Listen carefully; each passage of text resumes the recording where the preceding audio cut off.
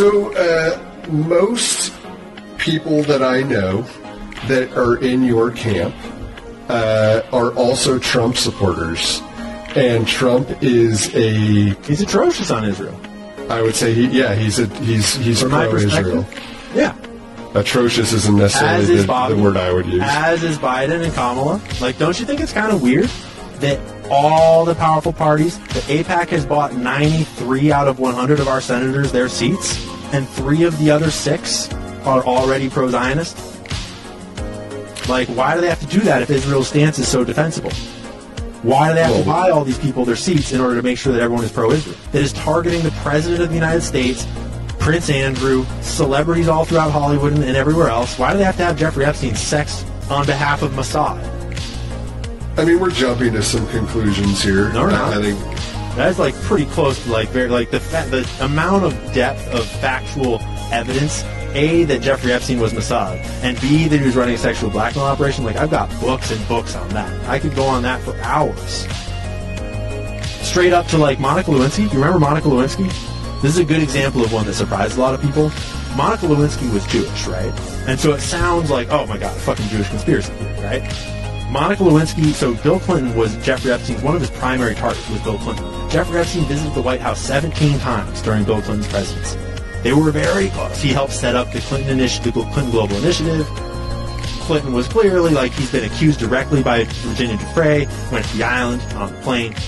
And then, during Bill Clinton's presidency, when Jonathan Pollard was an Israeli spy that they wanted us to release, and the Oslo Accords were getting signed, which was a critical peace deal about where the borders were going to be, suddenly, this Jewish woman, this scandal about this sexual thing with this Jewish woman with Bill Clinton just gets leaked to the press.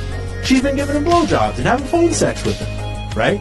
That is the exact kind of thing you would see if a Mossad sexual blackmail operation were to fire a warning shot. It's like, yo, we've got all sorts of stuff on you. We got way more than this. And here's one. Boom, Monica Lewinsky. And she just happens to be Jewish. And it's like, that's kind of a coincidence. You can't infer that Monica Lewinsky was part of the Jeffrey Epstein thing just because she's Jewish. It's like, you're right. You cannot. But then when you start to look into it, you realize that you can find reporting from Israeli publications about how Benjamin Netanyahu just happened to have, like, 30 hours of phone tape recordings of them talking, of Monica Lewinsky and Bill Clinton having phone sex, and he threatened Bill Clinton. He tried to blackmail Bill Clinton with those recordings in order to get him to release Jonathan Pollard. And he still didn't do it because it was super, like, not popular in America. But it's like, that is clearly a Jeffrey Epstein operation, Monica Lewinsky. Like, clearly Mossad and Israel are blackmailing the President of the United States. What would be their motive? What do you think he was going to do that they wanted to stop? If it is indeed Mossad intentionally targeting Jonathan Pollard. He wasn't extraditing Jonathan Pollard, and Jonathan Pollard is one of the most egregious leaks in American intelligence history. Jonathan Pollard was a deep cover spy for Israel, deep in the American government. It had all kinds of leaks, had given all kinds of secrets, military secrets and such, to Israel. Like, Israel has been spying on us, stealing from us, and attacking us for a very long time. They stole nuclear weapons from us. Israel has a nuclear program that they have never announced to the world, that they built in secret with stolen technology from the United States, and they did a weird deal with France. And then John F. Kennedy was like, fuck these guys, you're not allowed to have this, I want to inspect it. And he was pushing for inspections of it when he died.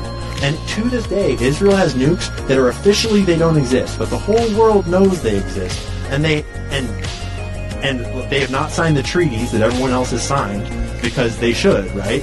And they have an official doctrine that is the unofficial official doctrine, called the Samson option, that if Israel starts to fail and die, if we don't defend them, it's like, if y'all don't help us survive, we will nuke everyone. That is, like, their policy. That is their nuclear policy. And everybody knows. What does everyone mean? Everyone attacking them? They're not allies. They're not going to nuke America. It is. Come on.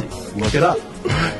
Look it up. Oh, well, I'm definitely going to look that. I don't believe that one. I'm going to look that one Look up. This is not just like some made-up conspiracy theory. John F. Kennedy, the President of the United States, was pushing for inspections of Israel's nuclear facilities, and they set up an entirely fake facility with a fake control room and brought the nuclear inspectors into a fake control room. And JFK famously said, quote, "These motherfuckers lie to me constantly."